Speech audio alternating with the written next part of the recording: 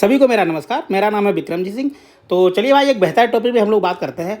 और वही है आज का हमारा टॉपिक, वही है जो जीएस का, हम जीएस पे हम लोग चर्चा कर रहे हैं। और जो यूपीसी द्वारा अभी मतलब हालिया जो प्रश्न कुछ हुए हैं, ठीक को मतलब पेपर हुए हैं, उसमें ये पूछेंगे, ठीक है। तो सर चलिए बात करते हैं। पहला क्वेश्चन सर ये है हमारा, आज ज़्यादा हम लोग बात मतलब टाइम नहीं खोटी करेंगे, ठीक है और आगे बढ़ेंगे, ठीक है। तो सर पहला क्वेश्चन है कि इनमें कौन सा यूक्रेन के साथ सीमा साझा नहीं करता। तो मेरे ख्याल से ये क्वेश्चन सर सच में बहुत सरल है। वैसे यूपीसी जो मतलब ऐसे क्वेश्चन पूछे तो बड़ी बात है सब, ठीक है। तो सर इसमें देखिए, रोमानिया भी है, मोल्दोवा भी है, पोलैंड भी है, लिथुआनिया नहीं है, ठीक है। अभी हम दिखाएंगे क्यों नहीं है, क्योंकि लिथुआनिया, इस्टोनिया, ये 3 देश हैं जिन्हें बाल्टिक कंट्री बोले जाते हैं, जो काफ़ी दूर है, ठीक है। तो चलिए सर मैं अभी बताता हूँ, ठीक है। चलिए सर अगला देखते हैं। पहले इसको थोड़ा लोकेशन भी और बता देते हैं, ठीक है। जैसे ये देखिए, ये था हमारा यूक्रेन, ठीक है। अब आपको मालूम है साहब, यूक्रेन और रूस का जो भयंकर कम से कम 2 साल से मेरे ख्याल से युद्ध चल रहा है, वो चल रहा है, ठीक है। ये रहा कजाकिस्तान। अब देखिए, ठीक है, इसके देखो ये है मोल्दोवा, छोटा सा, ठीक है। ये मोल्दोवा हो गया, और ये हो गया पोलैंड। और तीसरा हमारा कौन सा था, 1 मिनट हम देख लेते हैं, ठीक है। Romania, okay. देखिए, और ये रहा रोमानिया, यानी तीनों ये वाले देखो, तीनों लगते हैं, ठीक है। ये वाले तीनों लगते हैं, लेकिन ये कहाँ है, और जो लिथुआनिया का है ये रहा, ठीक है, ये नहीं लगता है। और देखो इस्टोनिया, लिथुआनिया, और ये वाले क्या नाम है, लटविया, मेरे ख्याल से बोलते हैं, ये क्या बोलते हैं, बाल्टिक कंट्रीज बोलते हैं, ठीक है। ये हमारा बाल्टिक सी है। और थोड़ा और देख लेते हैं चीज़ें, ठीक। ये हो गया हमारा भूमध्य सागर, ठीक है। और ठीक, और ये क्या नाम, ये वाला क्या हो गया, ये थोड़ा इधर देख लेते हैं, 1 मिनट सर। ये हो गया, ठीक है। ये है, देखो ये है इजराइल। पूरा जो बवाल नहीं इस टाइम, गाजा पट्टी जो पूरा युद्ध चल रहा है, गृह युद्ध, ठीक, यहाँ पे चल रहा है, ठीक है। मेरे ख्याल से आप मेरे बात समझ गए होंगे। और ये हो गया स्वीडन, फिनलैंड हो गया, नॉर्वे हो गया। इस बार नॉर्थ सी पे क्वेश्चन यूपीसी ने पूछा भी था, और ठीक है, ये मेरा थोड़ा गलत हो गया था ठीक है भाई, चीज़ें याद नहीं रहती हैं, आदमी भूल जाता है, ठीक है। ये इंग्लैंड हो गया, और फ्रांस हो गया, ये हो गया स्पेन हो गया, और ये हो गया पुर्तगाल। देखिए, आपसे एक क्वेश्चन और यूपीएससी ने एक बार पूछा था कि जो मेरिडियन प्राइम नहीं, यहाँ से समय तिथि रेखा है, ठीक है। तो ये पूछा था कौन से देशों से होकर गुजरती है, तो वो इसमें था पुर्तगाल से नहीं होकर गुजरती, ठीक है। स्पेन से जाती है, मोरक्को हो गया। मेरे ख्याल से आप बात समझ गए होंगे। चलिए सर, ठीक है।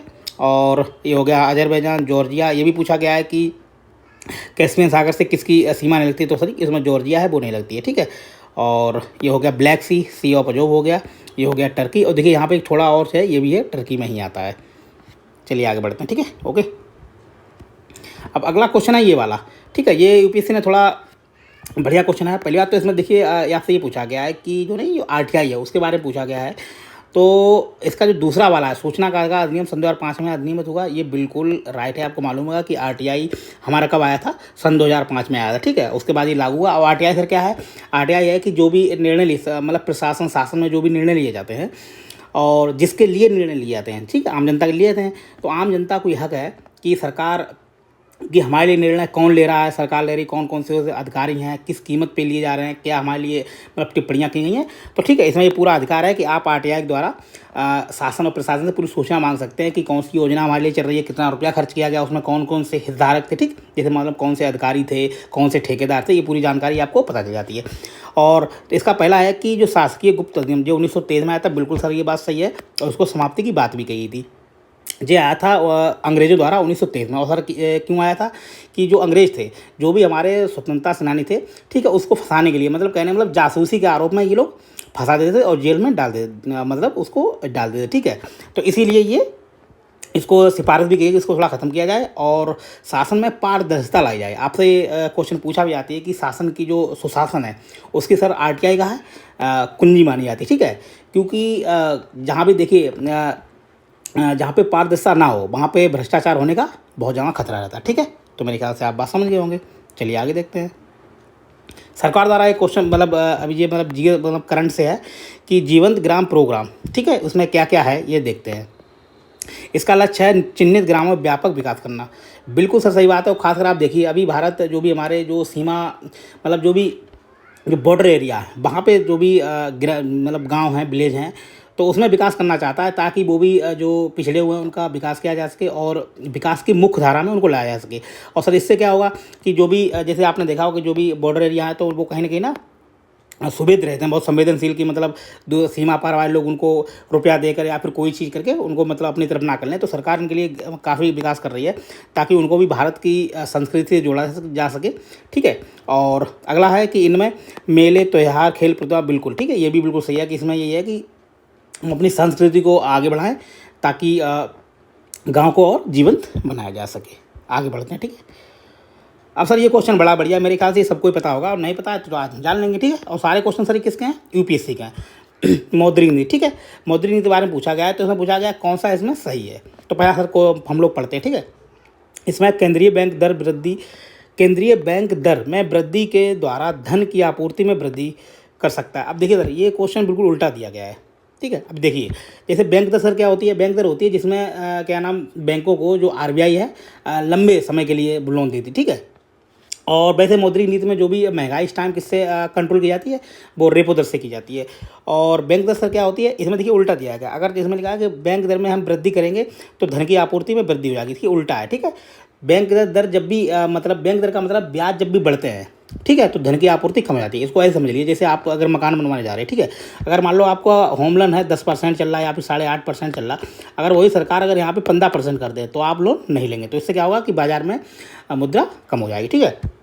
केंद्रीय बैंक जनता से प्रतिभूति क्रय करके धन की आपूर्ति, ये बिल्कुल सही है, ठीक है। इसका मतलब है कि सरकार जब भी प्रतिभूतियों का मतलब होता है जैसे आपने कोई बीमा ले रखा है, ठीक है, और कोई 1-2 साल के जो भी चीज़ें ले रखी हैं, सरकार जब उनको लेती है तो आपको उसके बदले में पैसा दे, मतलब पैसा आरबीआई देती है। तो उससे क्या है कि बाजार में पैसा मतलब उसमें ज़्यादा बढ़ जाता है, ठीक है। अगला है सर केंद्रीय बैंक आरक्षित नकदी, ठीक है।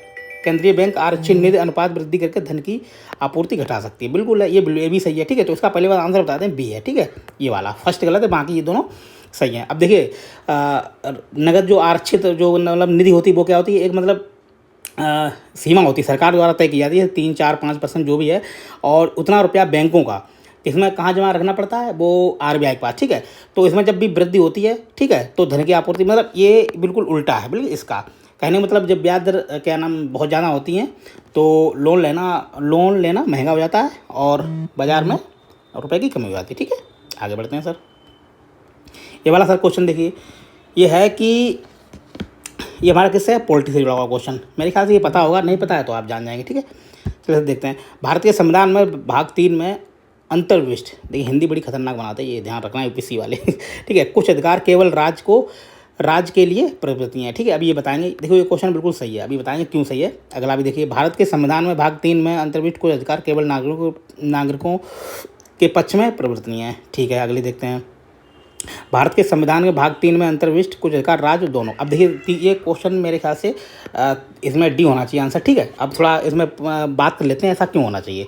देखिए भाग 3 में क्या है, कुछ जो अधिकार हैं वो केवल राज्य के लिए प्रवृत्ति हैं। जैसे आपने देखा होगा कि जो अनुच्छेद 14 है या 15 है, उसमें क्या है कि देखिए अनुच्छेद जो 14 उसमें बात करता है समानता की, तो उसमें बाकायदा कहा गया है कि मतलब विधि के शासन की प्रक्रिया बताई गई है, और राज्य ऐसा कोई मतलब नहीं समानता का काम करेगा, और अगर जो अन्य पिछड़े लोग हैं तो उनके लिए समता का भाव रखेगा, उनके लिए भी योजना बनाएगा, ठीक है। तो ये वाला भी सही है साहब। और 15 भी है, उसमें बोला गया कि नहीं जन्म, मूल, वंश, जात के आधार पर, धर्म के आधार पर किसी के साथ राज्य भेदभाव नहीं करेगा, ये भी सही है, ठीक है।